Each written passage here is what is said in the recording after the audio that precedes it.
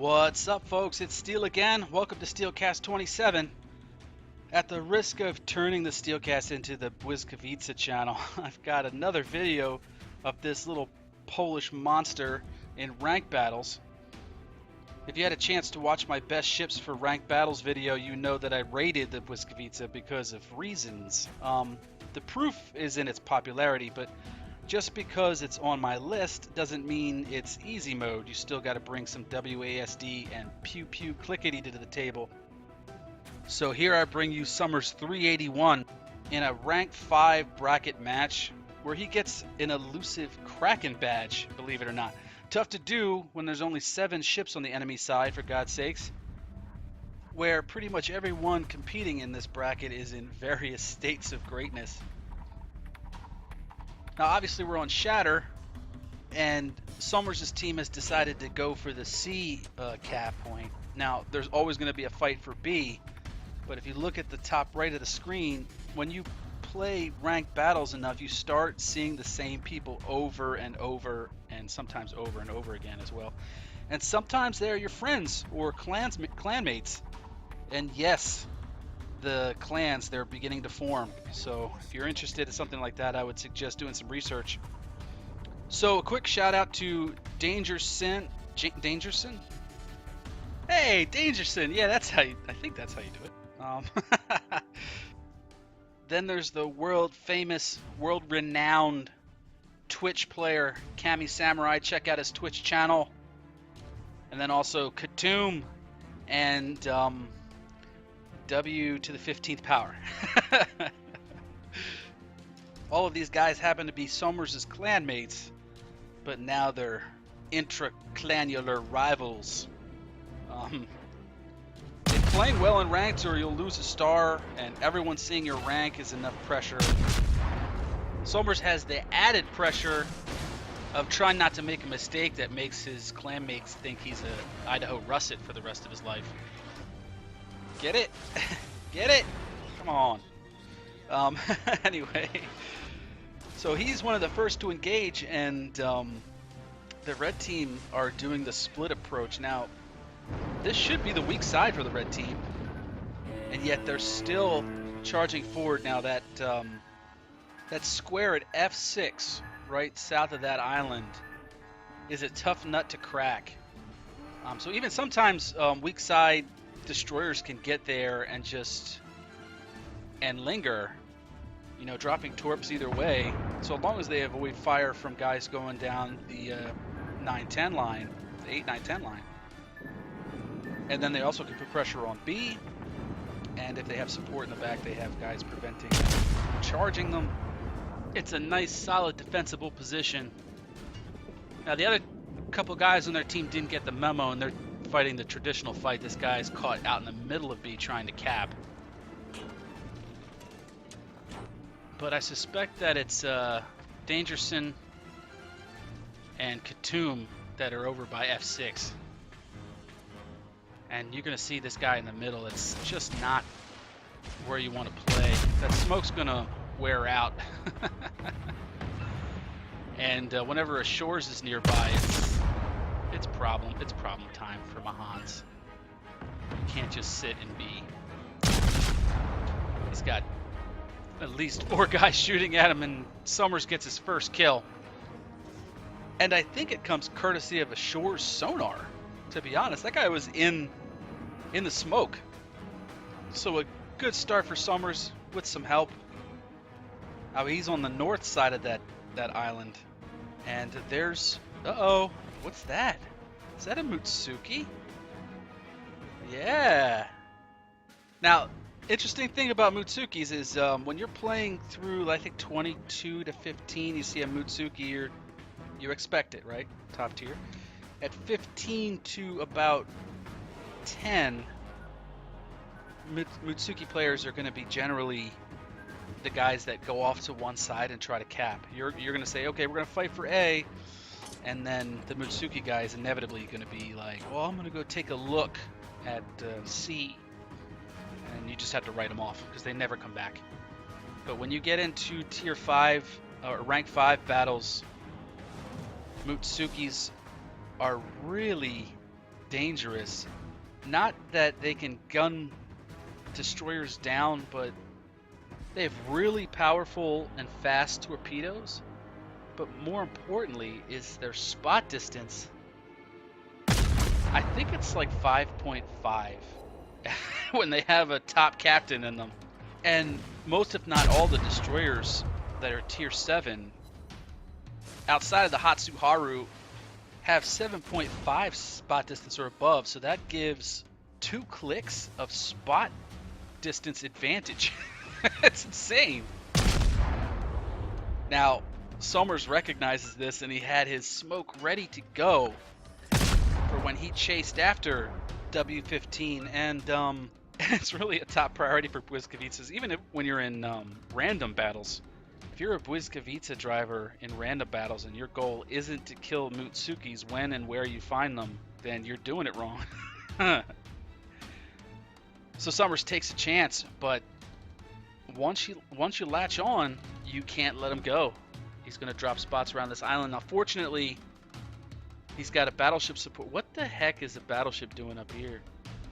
He does not want to fight down south, I guess, so he's going to just take himself out of the match for 5 minutes while he drives around an island. But yeah, that Mutsuki does not have the speed to get away. And the problem with the Błyskawica is the fact that when you really want to keep them in your clutches, you have to just shoot your front guns. And it takes forever. Look at that dispersion. It just splits it. And then one hit, no hits. No hits. Get the rear guns involved, one hit. Oh, it's just nickel. It's so frustrating. Now, if W had support, it would be a very dangerous proposition for Summers to go after him. But look where he's getting led to. He's getting led to an undefended side that has already been capped. Now, I suspect torpedoes are out. Yep, there they are. All right, there's both sets. There's really nothing this Mutsuki can do at this point. Engine knocked out. It's just a matter of time. Summers got nothing to be worried about as far as support is concerned. No cruisers, no battleships, no nothing. This is going to be another kill unless the Nagato steals it. Look at those front guns. Another miss. Błyskawica versus Mutsuki. Take the Bwiz every single time. Of course, obviously. But the Mutsuki's not designed to kill Błyskawicas. And that's the risk that you play. That's the risk that the players that drive the Mutsuki take. Shatter's not really a good map for them. Just not enough spot lines, and to make yourself somewhat of impactful, you just have to rely on dropping torps into that B area. But it also gives Summers a chance to reset this match. And sometimes it's good to take a breather in the middle of a match. And Destroyer players, you can really do that. Battleship players do that every single time they fire. They can take a breather. So Cruiser players really have to play the whole match if you want to stay engaged. Some Japanese cruisers you can break off and drop spots. But if you're an American cruiser, man, you can't take a break. You're going to be spotted. But here, Summers gets that respite here. Gets to reassess the map situation. Gets to look at how many ships are down on each side, where his ships are, and it looks like they captured B while he was off killing the Mutsuki and capping A. So it's looking good now as far as caps are concerned. But there's still a lot of ships out there on the red team. Good ships, and there's a lot of torps going through this area. The Colorado's in B. He's doing it right. But that Nagato, wow, very cautious approach on Nagato's part. The match is almost over, Nagato. Have you even shot? But Summers, by resetting, he's also reset in the minds of the enemy players how much they're going against. He was out of the match, as far as they're concerned, for at least 2 minutes. So they forgot about him, and he comes back in, rips off 7 shells, and gets another kill. Wow. Now he's back to making an impact at B, where he's desperately needed. those are some speculative torps, hoping that he catches a destroyer coming out, taking a peek from that other side of that island, because the red team has control of that side of the map completely, and they have somewhat of a spot control on that side, but Summers is making sure they don't have spot control of B and A, and that's hugely important. All of these torps are guesses, and they have a battleship in there, which is always good because any cruisers that try to come in are going to be really cautious. So it's all on the red team's destroyers at this point, and they're risking getting spotted in order to get some shots off to kill Summers, who has spot control. Now they're shooting. I can't tell if they're shooting Summers or that Colorado, but here's where Summers uses some map awareness. Now he's using his, or situation awareness. He's using his smoke not to protect himself, but to protect his teammates, protect his battleships, who he hopes are going to set this corner, solidify this sector. Now it's still too dangerous for Summers to go out and try to engage these enemy destroyers, and there is somewhat of a spot mix here. He can't always spot them and stay alive, but they know now where the battleships are, so they're going to be dropping random torps into that smoke, and that's the biggest threat here. See all these torps going in there. Now the battleships, although they're going to set the sector because they have all the hit points and everything, they are low health. They've already been torped, they've already been hit, they've already been set on fire. Who knows what their repair state is? So they're kind of getting out, and that's not good. So Summer needs to address some of this spot situation. So at some point he needs to engage these destroyers, but they have the cap, so that's an advantage. The red team has to keep pressing. Now look at the top of the screen where the team score is. If it's a square, that means it's controlled completely by your team. If it's a diamond, that means there's an enemy ship in the cap. So if Summers leaves, the red team starts capping B.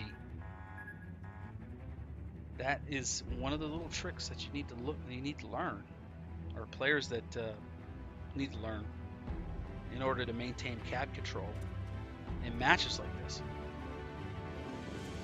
Now here's a little trick for destroyer players out there. If you see enemy ships and you're not certain what their bearing and speed is, do a quick torp assessment. Use your torp indicator to gauge their bearing and speed. And of course, some more torps. These are Miyoko torps. Those are from Kami Samurai. He drove by earlier a little bit quickly, not necessarily to engage. He would engage whatever he could, but his goal was to drop some torps in here to give something that the green team is wary of. Fortunately, they were easily splittable with some good throttle control,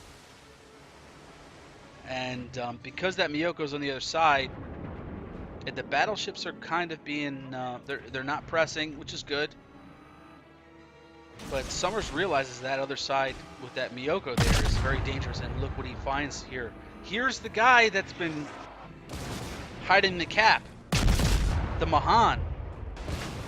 Rounds out, gun's hot, set him on fire. The Mahan can't torp Summers. Summers has torps inbound already. Summers doesn't want to take too much damage, but this guy's in trouble. And there, that should end it. Yep.